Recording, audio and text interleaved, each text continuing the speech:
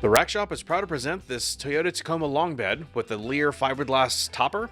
We've just installed the Rhino-Rack Vortex Aero RLT 600 quick release track system. So this does require drilling into the fiberglass topper. And this is actually shown with the Vortex Aero bar, which has since been replaced with the sports bar. So an upgraded bar that has a lot more features to it and still has aerodynamic properties. But you still retain this quick release leg with locking cover and these tracks as well. So these tracks are great because they actually have a gateway to add or subtract hardware as needed. But overall, you have a weight carrying capacity up to 220 pounds. Double check that with the topper capacity. And these bars are at 54 inches.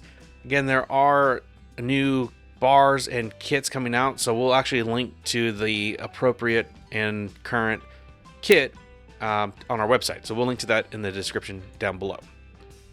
But these bars are adjustable. And yep, this has just been a quick look at this setup. For more pictures, details, and pricing and easy ordering, please click the link in the description below. That's going to be it for this one. But like always, thanks for watching.